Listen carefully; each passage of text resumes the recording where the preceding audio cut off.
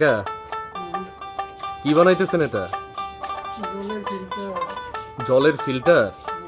বাহ, মাটির হাঁড়িতে জল, এত শৌখিন মানুষ আছে।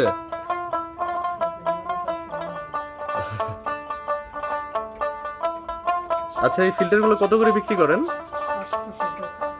800 টাকা। আর এটার সাথে তো ঢাকনা আর অনেক কিছুই থাকার কথা। বসার স্ট্যান্ডও আছে, ঢাকনাও আছে।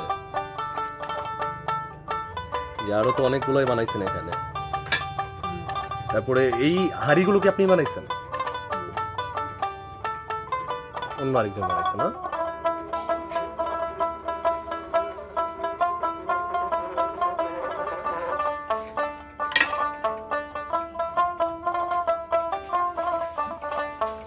অনেক সুন্দর জিনিস। এটা বানাইতে আপনার কতদিন সময় লাগছে?